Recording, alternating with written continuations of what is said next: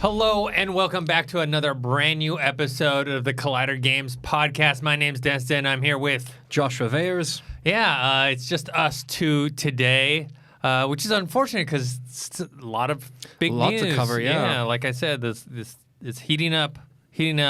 Today, the big story is we got Jedi Fallen Order. Just came out last night, midnight.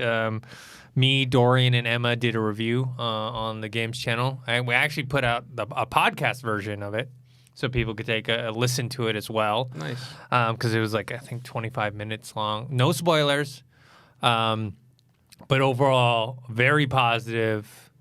Like, it's basically all the things that people have been kind of complaining about with Star Wars games lately, especially with the Battlefront series, where like, oh, it's not a full like immersive story. And now you're getting it. You're getting the atmosphere, the story, the progression system. It's not system. very long. This one is like 30 plus hours. You get the Jedi combat. Yeah, and you get action and platformer, RPG-like type of stuff. All around, I look in the reviews around online and all pretty positive stuff, and people are surprised. I guess like I'm not quite as surprised because just listening to what they've been saying this whole time, you have Respawn behind them developing this, and just like they've been telling us the whole. I think people were like afraid to believe them because of them being like scarred from like Battlefront and Battlefront 2. I think it was also kind of a safe bet though in their choice to release this game, because it's like unless they went with some kind of new type of mechanic, like they would have to try to screw this game up. Like the fact that they went with the whole RPG route, the platformer route, they just gave the fans what they wanted, which is just a good Star Wars game. No multiplayer aspects or anything like that to it, just straightforward. It was I at no point in time saw this game doing badly. I knew it was going to do well from the get-go. Yeah, I mean, people were just, a little skeptical because I guess from Battlefront 1 to 2, EA was like, oh, we're going to fix some stuff. I mean, they did add the campaign mode, which wasn't in the first one. Yeah. But then they still had, like, kind of the loot box it's still stuff. A giant mechanic. fiasco, yeah. So some people, I mean, because I was perusing the comments on our review, and some people were on Twitter as well, and just like people are like, I don't know, they screwed up last time, I can't trust them. But it's essentially like a whole different studio. Yeah, and also like the game, what the game is, it's like, yes, you could force in like these, no pun intended. Yeah, these loot box mechanics if you really want to, but you'd really be stretching because the game is it's Uncharted. It's Uncharted, Tomb Raider, Assassin's Creed with the Star Wars story and characters. There's no room for loot boxes in those worlds anywhere. No. I've never seen anyone be able to pull it off. I don't think I've even seen a studio try, because it just wouldn't work, Yeah, and there is like aesthetic customizations for your character and your little sidekick BD1 and whatnot, and those are just different outfits and different colors, and even your ship you can change around, but that's all built into the game. That was my favorite thing about the Spider-Man game, was all the extra costumes that you didn't really have to pay for. You know? So all around it's been very positive, a good kind of turning point for Star Wars games lately. I personally, I played a little bit of Battlefront 1. I played more of Battlefront 2. But see, I didn't hop on and play online, so I never got into the whole fiasco of loot boxes. I was just playing the campaign, which I thought was fine. It's not. This is way better as a campaign, but I enjoyed the time I had. It wasn't as compelling as this game, though. Yeah. Well, for me, even like Battlefront being a completely multiplayer game, even the multiplayer point for me felt a bit like flat playing those games. It wasn't. It was fun, but it wasn't like competitive, not nearly as competitive as you want a multiplayer game to be, which is nice that now that we have this narrative first-person experience.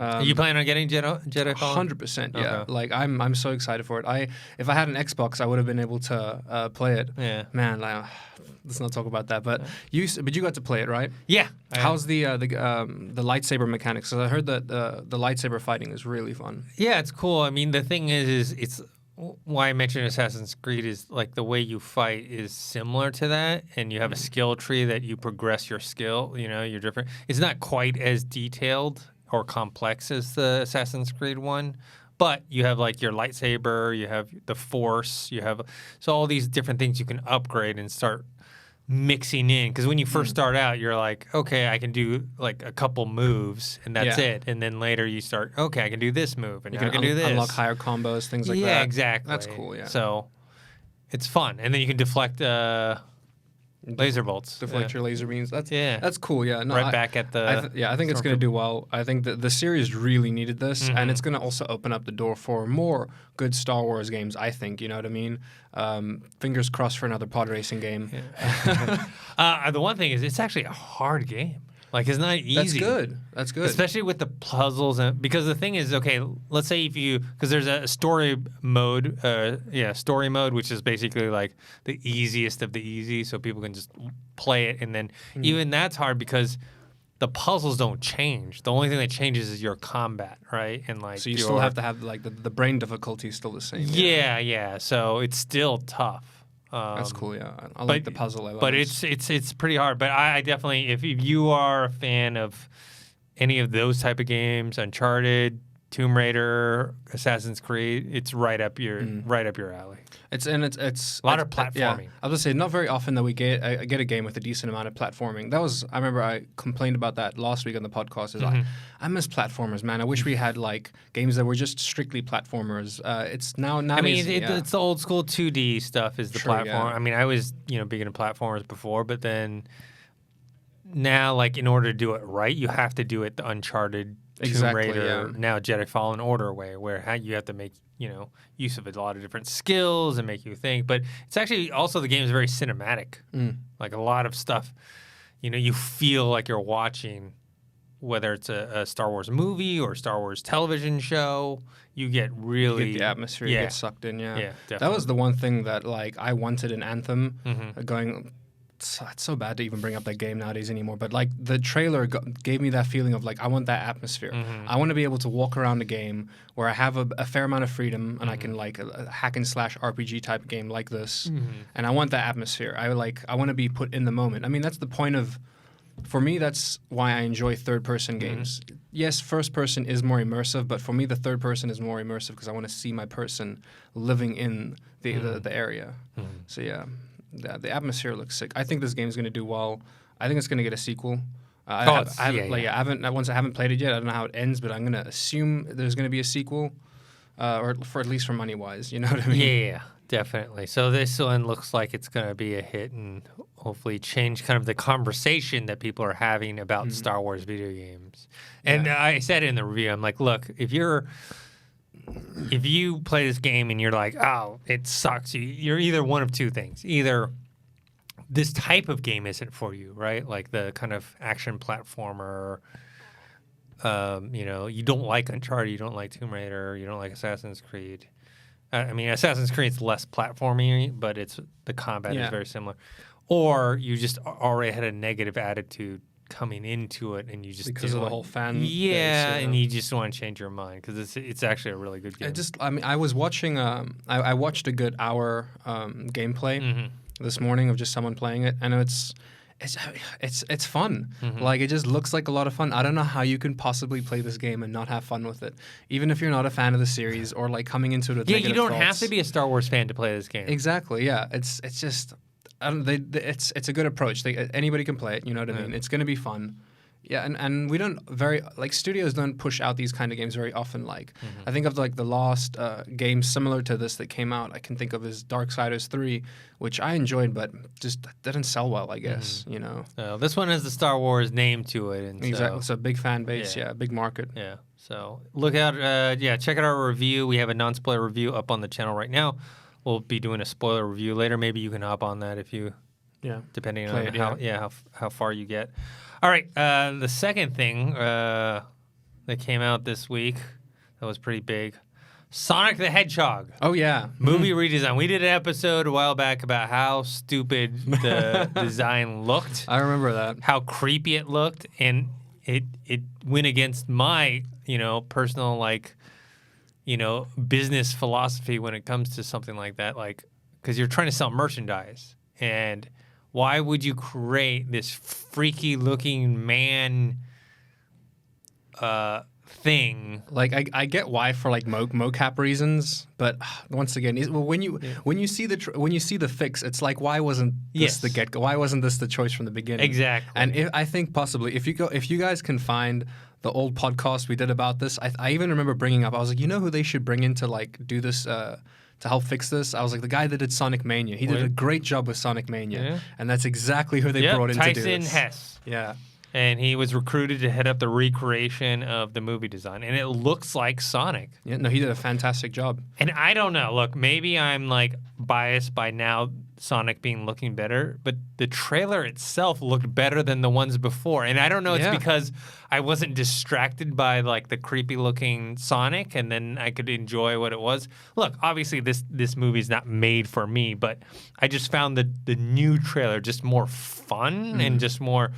Well, you're more willing to go watch it, and I think even though you said it might not be that, I think that really was the biggest reason. You weren't distracted by how incredibly odd he looked. Yes. Because the first trailer, if you had to like edit him out of the first trailer, it would be a good trailer. You'd just be like, what is this mystery character that I'm not seeing?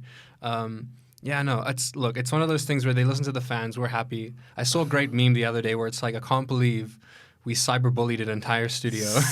We cyberbullied an entire studio. During that episode, though, I did mention, like, this is a dangerous territory, and I don't condone this most of the time. The only reason I was, like, for this is, one, I never said they had to do this. I was just saying it's in their best interest to do make this. Some money, they should, They should do it because I told you, like, no one's buying the freaky man doll. Like, imagine buying a Sonic plush doll for your kid, and he's, like, got these long legs. Hell no. His hands are, like, he doesn't have gloves. He's got, like, white fur there. Like, it just looks weird. It literally looks like one of those cheap knockoff versions. Yeah. You know, like you're going to find, like, a toy store in Asia somewhere. And so, like I said, it's not something I think that studios should do very often, but in this case I think it was warranted. Not just because like people were complaining, it's just like it just made more business sense. Like why did you make that why change it so much? Yeah, creepy ass thing. But so the new release date is February 14th 2020,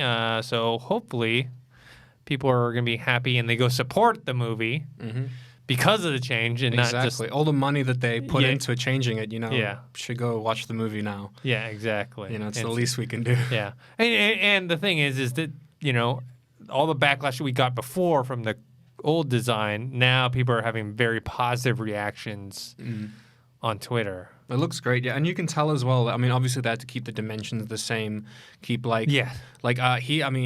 had to work with so many other people as well just to make sure that everything was and was right in terms of dimensions, size, height, all those things, Yeah. So that they don't obviously have to redo the scenes involving Sonic. Yeah, I mean, they changed the eyes. They made them, big cartoon eyes now. The teeth aren't like all like some sort of horror fucking movie. Some scary, they're more like cutesy. His gloves, obviously, I mentioned that. His shoes now are the big Sonic shoes. I mean, they're one of the most iconic things about Sonic, and then they messed that up too. The most iconic thing about Sonic is his proportions, and they straight up messed that up, man. Yeah, but this one looks good. I'm excited. I was gonna watch it. I was still gonna watch it anyways because I wanted to see. I wanted to see Jim Carrey. I hadn't seen him do like a funny role in a while. You know what I mean? But now I'm all on board. I'm definitely gonna go watch it. It's 4 days before my birthday. Why not? Funny. The creator of Sonic, what's his face? Co-creator, Yuji Naka, he tweeted out, he basically said it's an improvement, and he's glad that the gloves were added. It looks more like Sonic, but he said the eyes are not connected. And he's like, still weird. Yeah, which I think that's they had to do that for mocap reasons. Yeah, I don't think it's that big a deal. Like it is the first thing I noticed as well. I will say, I was like, the eyes. It's not that big of a deal, but I also noticed that like the eyes are supposed to be connected right here by the bridge, kind of. Yes. But I mean, like they had to make. Look, the dude who developed it worked on Sonic Mania, which, if you haven't played Sonic Mania, is a fantastic, fantastic Sonic game. He knew what he was doing. Like, he didn't not connect the eyes for no reason. I'm sure it was for, like, other logistical reasons, Yeah, and people are pointing out his red shoes don't have shoelaces, because in the old one he did. Oh, yeah? In the original crappy design, he had shoelaces, and they're like, oh, he doesn't have shoelaces, so he won't trip. He won't trip over his shoes. I mean, they did still have to elongate his legs more than the cartoon. Because, right, he's like, in the cartoon, he's like got a little pudgy stomach, and then he's got these like short, skinny legs. But in order to like keep in proportion with the original, they had to whoever make mocapped it or whatever little robot machine to make thing the they eye had. line to make the eye lines match. Yeah. Right. You can't be looking at him and his head's like down here and there's whatever. But still. Well, yeah, and there's probably scenes of him sitting down in a chair, and that'd be difficult to do with like the shorter legs, So you always got to match it up. I think that he did a fantastic job in terms of keeping it the same height and like having to deal with those specifications, Yeah,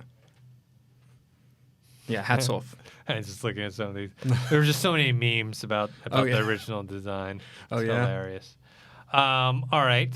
So that's one of the big things this week. Inside Xbox conference. Lots of news here, yeah. Yeah. A lot of announcement, a lot of exclusive stuff for Xbox, which, obviously they need in order to keep going with what's going on with Sony and all of their exclusives. I noticed, Obsidian, makers of Outer Worlds, which, by the way, they're doing a new game, yeah. They're doing a new game. It looks like Honey, I Shrunk the Kids. Yeah, I was gonna say it reminds me of Ants the movie, or like even A Bug's Life. I mean, it's and if anybody watching the trailer, hasn't seen the trailer yet, it's called Grounded. It's very much like to the T survival based game. Crafting is involved. Base building is involved. It's co-op because I saw people running around together, so there's multiplayer involved. So nothing different from any survival game you've ever played before, like Minecraft or any of those games. I'm just surprised that's what Obsidian's next game was going to be. Same, yeah. I love the world that they set it in because in terms of like, there's nothing new to the genre, but they put it in a whole new world that I want to go and visit. I want to go and explore. I want to get attacked by. I want to go check out like an ant farm and get attacked by it. You know what I mean? I want to get attacked by a spider that's like double the size of me. That's crazy. It looks very pretty, too. I see this doing very well with the younger audience, for sure. Yeah, so that's one to look for. But you're right. Interesting direction to go in after the Outer Worlds. Yeah. Like the whole survival-based multiplayer game. And just more cartoony, more kids-friendly. But yeah, I see that doing very well with that younger market. Rare announces its new game, Everwild. Which I don't know anything about, really. I mean, they have this announcement trailer, but it doesn't show real gameplay. It's just kind of cinematic. Open world, I know that. We got that. It looks like some sort of like Legend of Zelda Breath of the Wild. The world reminds me of Princess Mononoke for some reason. Like the characters, like even the story that they tell in this trailer a bit reminds me of like Studio Ghibli, Princess Mononoke. Not the art style, but the world, the characters. I think it is going to be very much that like Breath of the Wild's type of game, but maybe less heavy on those kind of mechanics, I'd imagine. It doesn't. Yeah, it looks like the kind of game that's going to be more heavy on explorative purposes than anything else. Yeah. Very pretty though. Yeah. And then you have Ninja Theory, who also was purchased by Microsoft. They're having Bleeding Edge, which we saw back, I think at E3. E3 this year, yeah. This kind of, what is it, 4v4? Yeah, 4v4. Battle Royale type of game. Yeah, similar to Overwatch. You got your like very heavy emphasis on the heroes. I remember I think we spoke about this around E3 era that I can already see the cosplays. In my mind, I can already see all the people who are going to be cosplaying this. It has a very distinct art style. Very distinct. Yeah. I like the characters. They're very like the thing with any of these kind of games is that these characters have to have a lot of personality so that it sells to the people, so people can have their favorite. They're like, oh, you're such a this person, or you're such a that, or I like that kind of feeling to it. So I think it's a smart choice, and it's nice. It's going to be nice for Overwatch to have a competitor. In that realm. Life is Strange developer has a new game, and it's a groundbreaking game in the sense of who the story's about, and it's called Tell Me Why. And if you watch the trailer, you find out the lead character is a transgender. So I watched the trailer and I was trying to put that together, and I couldn't figure. Okay, so that's what it is. So it's like the first time where like the lead character is transgender. That's actually that's really cool. I like that. And obviously it fits into the storyline. Yeah. It isn't like, it's like an actual point of the story. That's really actually really like that. And then obviously for anybody watching, very much similar to any like of the also it's similar to Life is Strange in the sense of you're walking around talking to people, uncovering the mysteries. Beautiful, it looks beautiful as well. I'm gonna assume the story is fantastic because for me that's the reason I played Life is Strange so much, is because the story is great. So as long as the story is great there, I'm sure that they're gonna find success there. Yeah, it says the first mainstream game from a major publisher that features a transgender character as a playable lead hero. That's gonna be really cool, actually. Yeah, I wonder and it's coming in 2020. I wonder what the kicker is gonna be. Like, is it just gonna be like a straightforward story-based game with lots of plot twists, or is it gonna be some kind of mechanic? Because with Life is Strange, the main character had the ability to turn back time. There's got to be. There was something in that trailer, even though they didn't really show it. It felt like there was some sort of supernatural science fiction thing going on. There's got to be a mechanic hidden there somewhere. I'm sure maybe there's more about this out there that we may not have heard about. But yeah, other than that, the trailer looks great. Yeah. Is there anything else of note that you wanted to talk about from that Xbox? Not really. I mean, Xbox conference? Sea of Thieves getting new content, which is cool. Master Chief finally gets a PC release date, which we've been having people ask about that in the comment section for a while. Do we have the release date on that? I don't think so. I'm not sure. Yeah, I know that they announced that, which is cool. Yeah, and they talked about future Xbox Game Pass games coming. So they said like Rage 2, Age of Empires 2. Those are actually available now, and then Darksiders 3 and The Witcher 3 will be included before the end of the year. So. Yeah, there's a couple other things. Nothing really that xCloud updates, Wasteland 3, which they got a gameplay trailer for. Kart Rider, a couple things like that. Yeah, and then Minecraft Dungeons, which they're doing in April 2020. That's about it really for the Xbox thing. Anyways, but yeah, they finally announced the release date for the Master Chief collection on PC, which is great. It's going to cost about $40, which is that's not bad. Not too bad for the whole collection, which we've been wanting. Like, I know I've been wanting that for a while because I don't have an Xbox. So for me, I'm going to be playing it on PC. I'm very happy about that. Yeah. Eventually, you're going to have to get an Xbox and a PS5. I'm 100% going to get the next Xbox. We don't even know what the next Xbox. The Sony one, we know it's PS5. Yeah. I don't know what the next Xbox is called. True. We don't. But either I know I'm going to get that for a fact because it's looking good. Yeah, and then you're going to get Stadia, and then I don't know. I still don't know. I'm still not sure. Well, isn't Stadia releasing later this month? I think Red Dead Redemption 2 is going to be on Stadia too. Yeah, as well. It is. Yeah, and Stadia's coming out either later this month or beginning of next month soon. Yeah, no, I definitely see myself getting myself the new Xbox and the new PlayStation when they come out. Nice. All right. Also in the news, the very controversial Death Stranding. There's people that love in this game, and there's other people like me that just weren't that thrilled. I actually got to play a bit of the game this time, so I can have my own opinion about this. I 100% see why it's divisive. Thank you. I can see why it's divisive, but I'm enjoying it. Yeah, 100% enjoying it, but that's after having seen someone play it and watching the reviews. If I was there day one and I bought this game day one without having seen anyone play it and I was going to play it, I would be a bit disappointed in the money that I spent in the game. So I can see that. But at the same time, it's the story is phenomenal. I'm so invested in the story. I want to know more about it. But are you invested in the walking? No. That really is the biggest qualm for me. I don't know. So I can see it is for me. It is a great game, but it's not they should have been more specific on what they were releasing and what people were getting themselves involved in. You know what I mean? They kind of did the opposite of Hello Games when they released No Man's Sky, which was they promised way too much. With this, they didn't tell us anything. They gave us no promises, which is also kind of how no one can really be mad at them because they didn't really, they weren't really lying to anybody. They were just not really showing you the full experience. It is a beautiful game, but man, no, I don't know.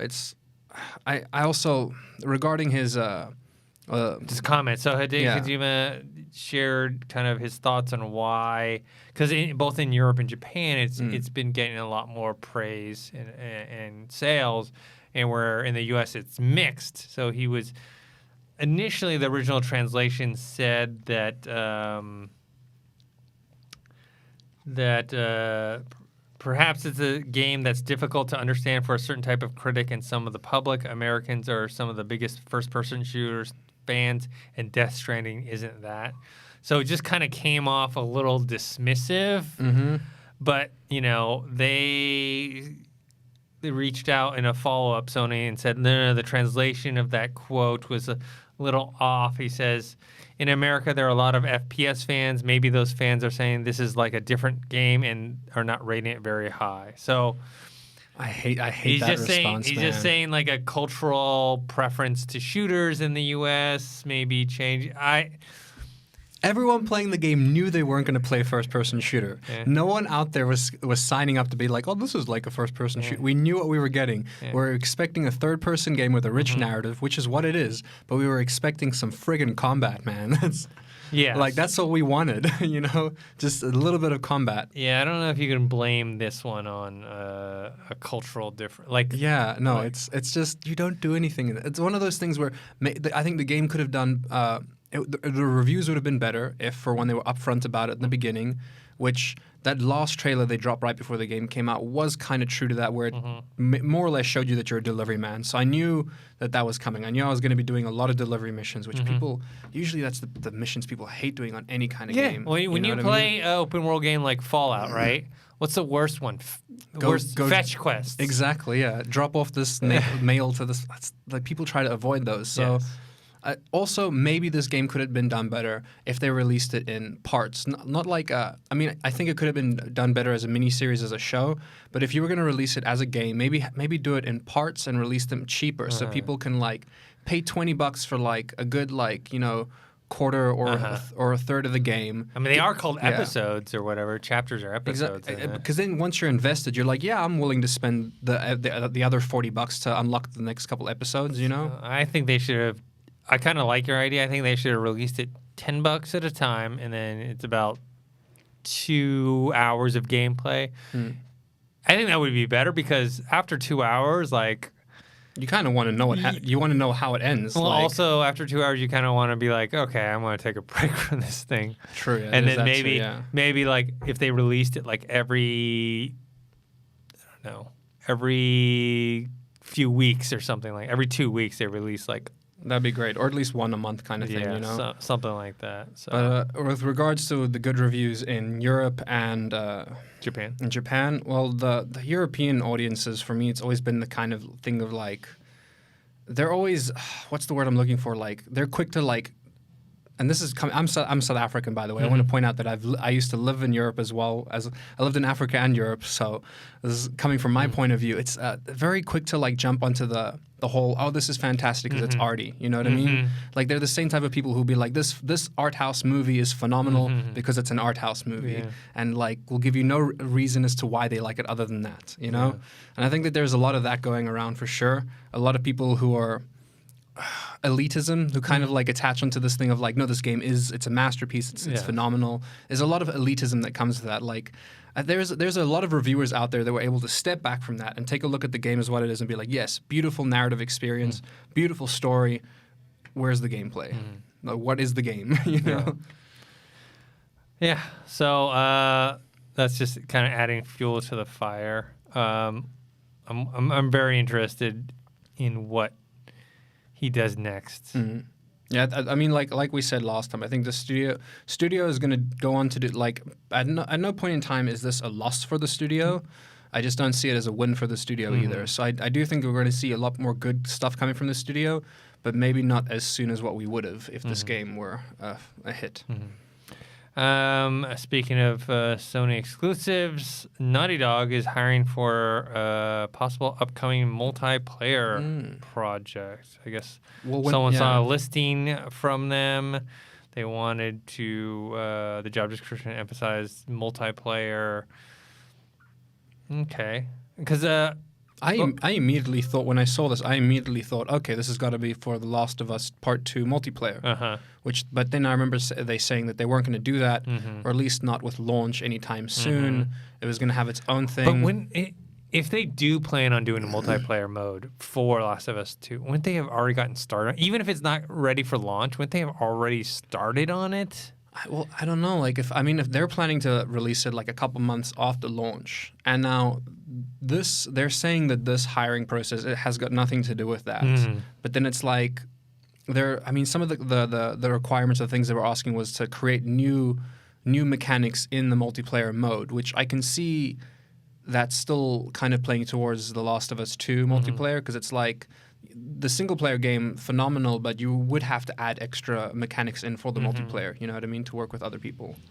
Yeah. Are you excited by this? Naughty Dog doing a multiplayer game? Or because, they're known for their single player campaigns. I freaking loved the multiplayer on the first Last of Us. Okay. So I hope that this is for The Last of Us too. Okay.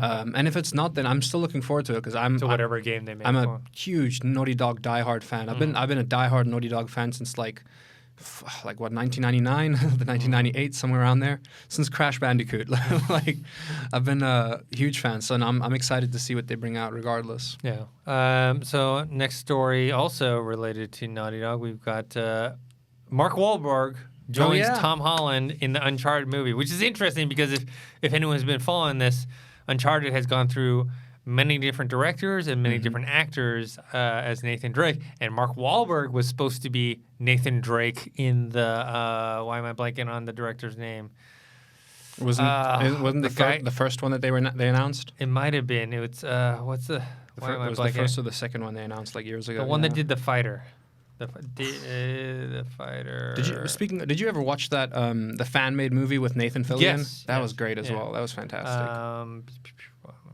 His name. I think it's such perfect freaking casting. David O. Russell. So remember when David O. Russell was going to do Uncharted, and he wanted Mark Wahlberg. Yeah.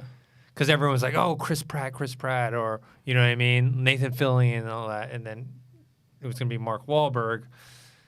And so now it's funny that you got Tom Holland playing this young Nathan Drake. Yeah. And then Mark Wahlberg playing Sully. Yeah, which I think is great. I think it's honestly perfect casting. I like it as well because it's kind of like they took a page out of Marvel's book, and they were like, you know what Tom Holland needs? A mentor.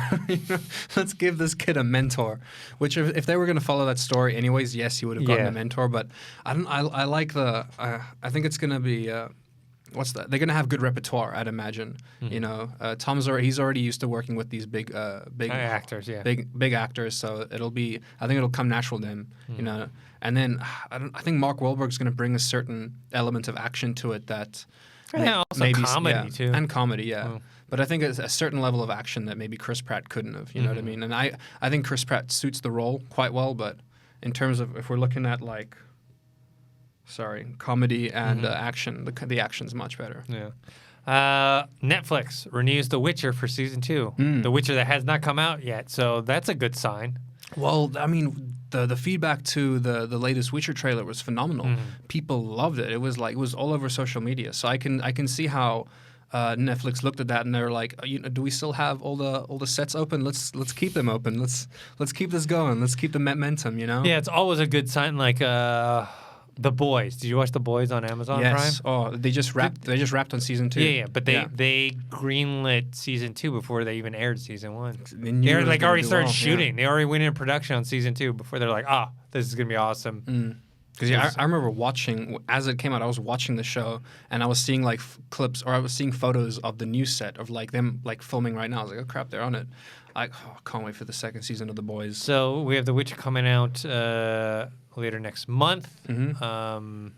Early next month, isn't it? Is it? I thought it was later. I think it's maybe earlier. It's mid. I don't know. I think mid to early. Yeah. Yeah. But yeah, that looks fantastic, and I'm excited. They must have also dipped a decent amount of money into it for them to already say, hey, let's do a second season, because they've already got a good chunk of the resources. Then you know what I mean. The sets, they don't have to build new sets or anything. What I say, a Dark Crystal season 2 should be pretty inevitable, because even the I did not like the Dark Crystal. I loved it. It creeped me out, man. I loved it, but it didn't, in terms of viewership, it wasn't one of the top rated ones. And they marketed the crap out of that. They put so much money into the sets and the costumes. It's like, how do you not do a season 2 for that? For the Dark Crystal, I'd imagine that must have cost a lot. And a lot of time as well for them to make all that stuff. Yeah. December 20th, so for Witcher season 1. All right. Just before Christmas. Last thing before maybe we'll talk about whatever we're playing, because I talked about Jedi Fallen Order. We'll do like an Outer Worlds update. I'm almost done with Outer Worlds. Yeah, this one is of interest to me. Is the Apple? They're working on a VR AR headset, which is interesting because you have Oculus is kind of the leader in that space, in the VR space at least. AR is still kind of this very new thing that no one really has kind of figured out yet. Microsoft has had the most They had the most success, but it's more for commercial enterprise type of stuff, business applications, where they're finding the most success versus consumers. It's like surgery. It's very kind of stuff, It's very expensive for the consumer, and also. Well, I mean, the HoloLens, the development kit for the HoloLens starts at $3,000. Yeah. So you gotta really, that's for the, business user where you're getting more than just playing games out of it. But apparently Apple plans, according to Bloomberg, plans to release a standalone VR AR headset in 2021, 2022.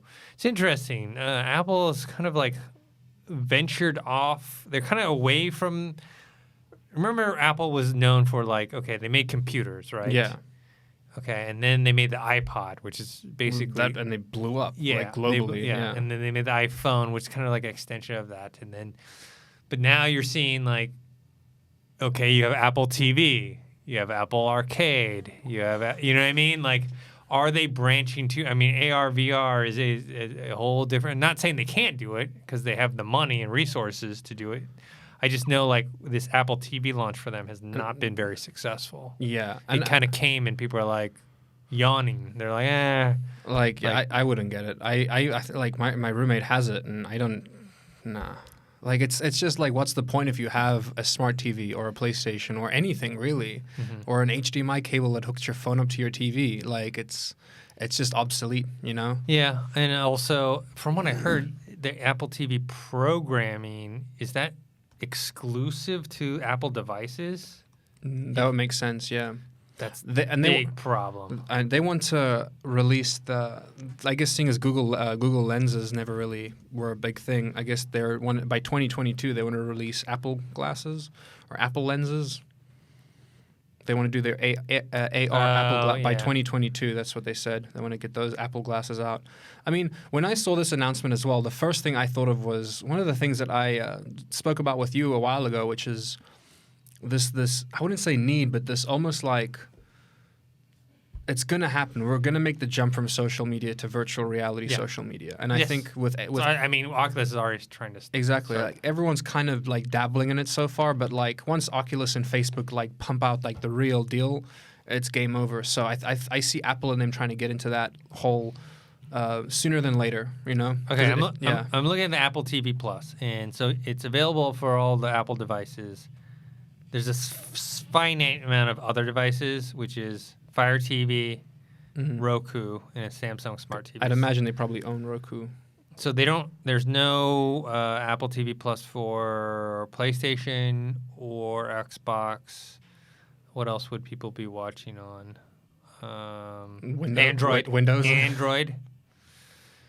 There be no on Android, no on Windows. I mean, technically you can do it on Windows because it's on TV.apple.com. Oh, true. Yeah.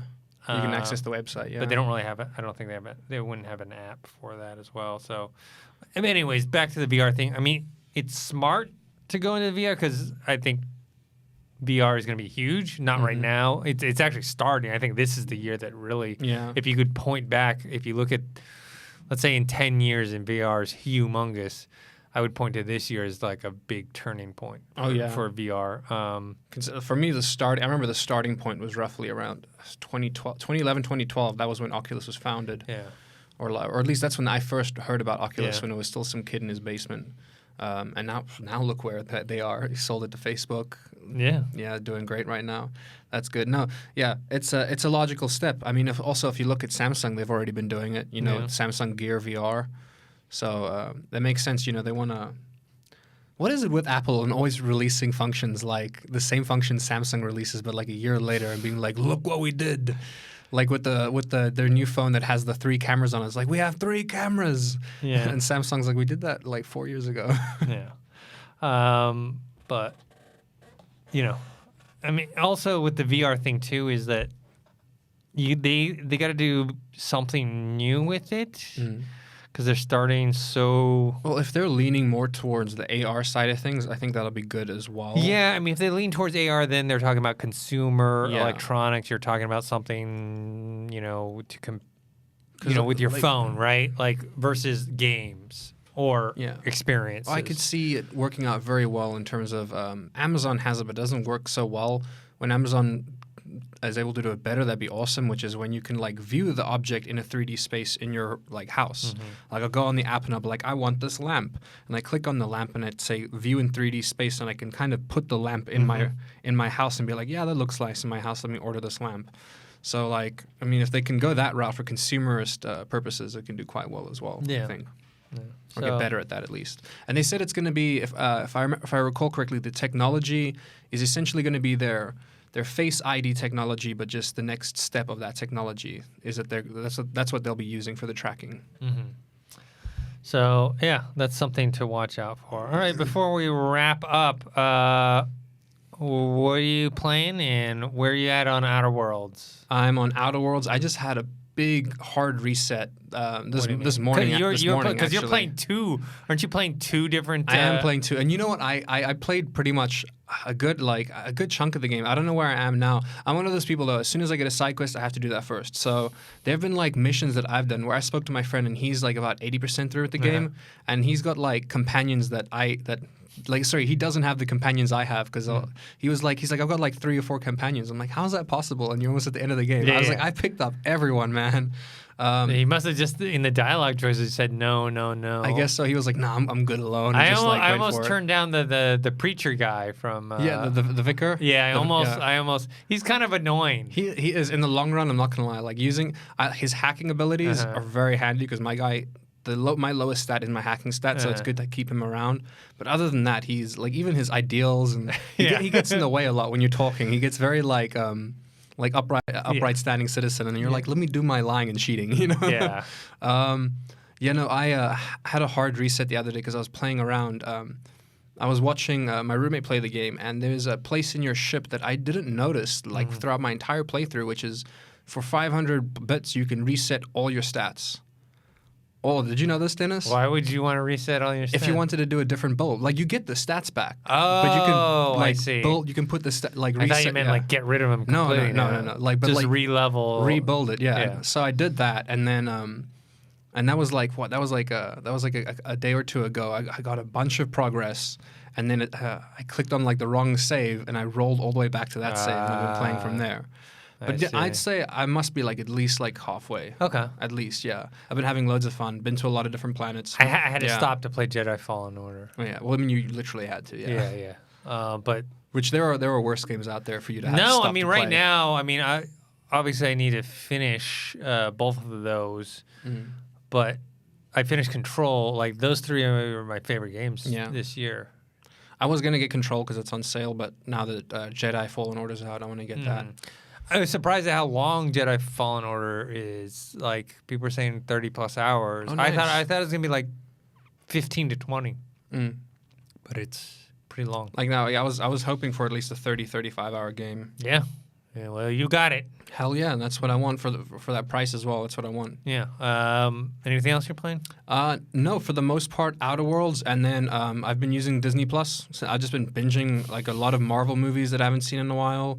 A lot of X-Men, 1999 X-Men. I'm wondering though with Disney Plus, is it going to because they don't really have that much original content on there, right? You have The Mandalorian, you have like a few things. So like you go to their movies, Dennis. Option list A to Z, all their movies, and you click on certain movies, and then it's like not available until March 2022 because of contractual reasons or stuff like that. And I'm like, oh, it's so stupid. But what I'm saying is they have a great library of stuff, but outside of that library, in terms of new original stuff, it's like Netflix, right? I subscribe to Netflix so I can watch their original program. Yeah, and they got a lot. And if they have something that's older, like an old movie that I hadn't watched or I want to see, or an old movie I do like that I've seen before, that's cool, but that's not why I subscribe to it. Yeah. And so I'm wondering, we have Mandalorian right now, so that's new. Mm-hmm. They're going to have like, Winter Soldier and the Falcon. You're going to have, Loki. You're going to have... Ian McGregor series. Yeah. All that stuff, but like aside from that, like, and also I don't know when those are coming out, right? Because they're working on them, but they're not ready. They're starting to shoot. They're not ready yet. Not anytime soon. So I'm wondering when the Mandalorian stops, which I forgot what the episode count on that is. Probably 10, and they're doing it weekly episodes. Yeah, because you can't binge it. No binging. So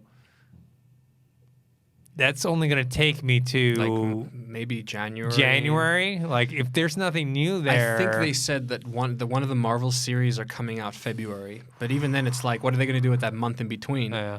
I mean, like, look, I actually commented on one of Collider's main posts on Facebook where I was like, because they got so many people are on Disney Plus right now, and I was like, well, let's be realistic here and see how many people of those stick around after the 7-day free trial.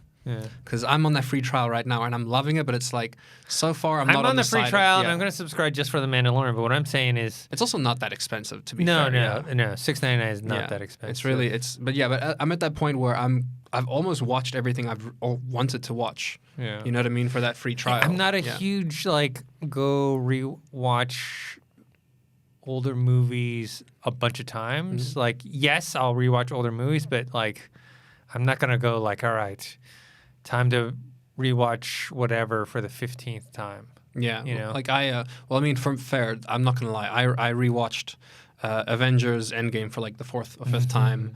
I love that movie. I love it too. It's just it's a 3-hour movie. Oh, yeah. That's the thing. Is like I can't find 3 hours in my day where I can sit down and watch. It was annoying that I had to switch between, while doing my Marvel binge this week, I had to switch between Netflix and Disney Plus because they kind of shared the Marvel movies at the moment. Mm-hmm.